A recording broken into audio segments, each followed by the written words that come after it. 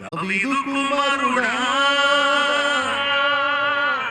నన్ను దాటిపోకయ్యా నజరేతువాడా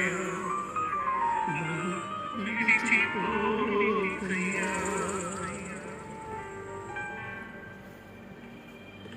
నీవు తప్ప నాకీ లోకంలో ఎవరున్నారయ్యా